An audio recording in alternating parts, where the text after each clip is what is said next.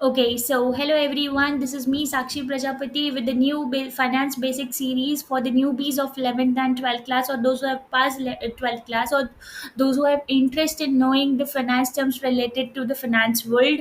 So today we will be picking up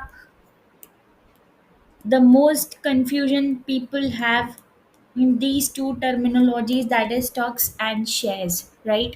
So let's begin. What is a stock? When you go to a bakery and bring a cake that depicts कि आपकी उसमें ownership है क्योंकि आप उसको खरीद के लाए, right? So that depicts what? Stocks, और rather we can say ownership, किसी चीज में हमारी ओनरशिप होना, है ना? So that is a very generic और layman term.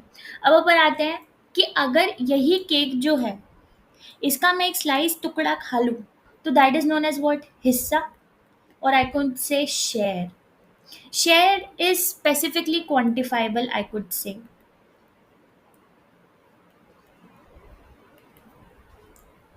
Specifically quantifiable. For a company setup, if we can take an example, कि अगर कोई कंपनी है उसको पैसा चाहिए और वो पैसा रेज करने के लिए पब्लिक के पास जाती है, तो क्या पब्लिक फ्री में पैसा दे देगी? Obviously not.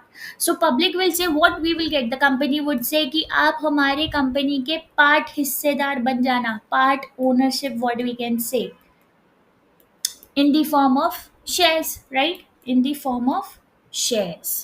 And what public will give is the money.